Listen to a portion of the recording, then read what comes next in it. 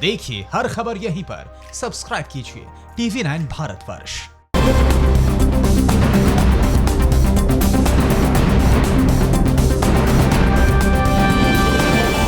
पहले भारत चीन टकराव से जुड़ी खबरें। 29 जुलाई को भारत आएगा चीन को नेस्तनाबूद करने वाला लड़ाकू विमान।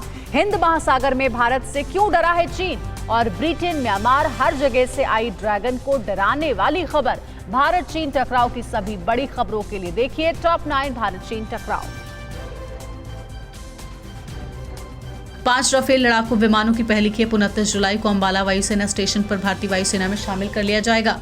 आधिकारिक सूत्रों के मुताबिक इन विमानों को पूर्वी लद्दाख में तैनात किए जाएंगे, जिससे LAC पर भारत की ताकत और मजबूत होगी। भारतीय वायुसेना ने एक अलग बयान में कहा है कि बल के शीर्ष कमांडर बुधवार से शुरू हो रहे 3 दिवसीय सम्मेलन में मौजूदा अभियान, परिदृश्य और तैनाती का जायजा लेंगे। चीन के लिए एक और बुरी खबर है। भारत और अमेरिका की नौसेनाओं ने सोमवार से हिंद महासागर में साझा युद्धाभ्यास शुरू कर दिया है। हिंद महासागर में अमेरिका और भारत के युद्धपोत एक दूसरे के सामने से गुजरे और युद्ध के हालात में तालमेल बिठाने का अभ्यास किया। 2 महाबलियों का साथ आना चीन के लिए बहुत बड़ी चेतावनी है।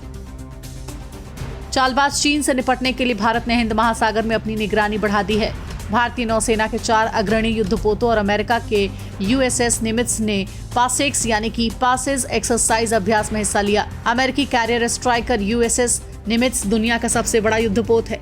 आपको बता दें कि भारत ने पिछले महीने जापान की नौसेना के साथ भी इसी तरह का अभ्यास किया था। सोमवार को भारत चीन तनाव की गूंज अमेरिकी संसद में भी गूंजी। प्रतिनिधि सभा में अमेरिका के 9 प्रभावशाली सांसदों ने LAC पर चीन की दादागिरी के खिलाफ एक प्रस्ताव पास किया, जिसमें चीन से अपील की गई कि चीन बल के बजाय मौजूदा राजनयिक तंत्रों के जरिए तनाव कम करने की कोशिश करे। भारतीय अमेरिकी सांसद राजा कृष्णमूर्ति के नेतृत्व में ये प्रस्ताव पेश किया गया है।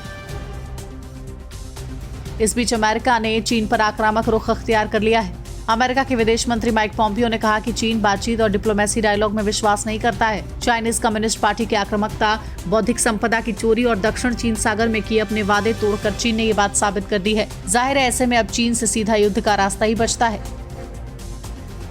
हांगकांग पर चीन के नए राष्ट्रीय सुरक्षा कानून लगाए जाने के बाद ब्रिटेन ने सोमवार को हांगकांग के साथ अपनी प्रत्यर्पण संधि को भी तोड़ लिया। ब्रिटिश विदेश मंत्री डोमिनिक राब ने चीन में उइगर पर मानवाधिकार उल्लंघन को लेकर चिंता व्यक्त की और कहा कि हम अपने अहम हितों की रक्षा करेंगे, अपने मूल्यों के लिए खड़े होंगे और चीन को उसके अंतर्राष्ट्रीय दायित्वों के लिए जिम्मेदार ठहराएंगे। इससे पहले चीन के साथ के प्रत्यर्पण संधियों को अमेरिका, ऑस्ट्रेलिया और कनाडा भी रद्द कर चुका है।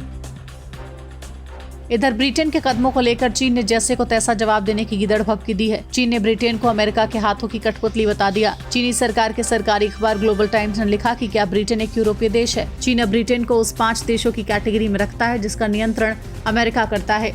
चीन निश्चित रूप से ब्रिटेन के प्रतिबंधों का मुकाबला करेगा। जहां जरूरत होगी चीन भी बराबर का जवाब देगा।